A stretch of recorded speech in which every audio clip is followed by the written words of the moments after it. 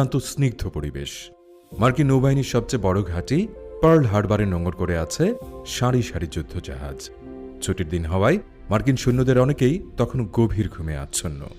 হঠাৎ করে আকাশের বুক চিরে ধেয়ে এলো এক ঝাঁক যুদ্ধ বিমান। লাল বৃত্ত আকাশের বিমানগুলো থেকে একের পর এক বোমা আর টর্পেডো আছড়ে পড়তে শুরু করল মার্কিন যুদ্ধজাহাজগুলোর উপর। কোনো কিছু বুঝে ওঠার আগেই মাত্র কয়েক ঘন্টার এই আকস্মিক হামলায় ধ্বংসস্তূপে পরিণত হল পার্ল হারবার। প্রাণ হারালেন 2400-রও বেশি মার্কিন সেনা। স্তম্ভিত হয়ে গেল পুরো বিশ্ব।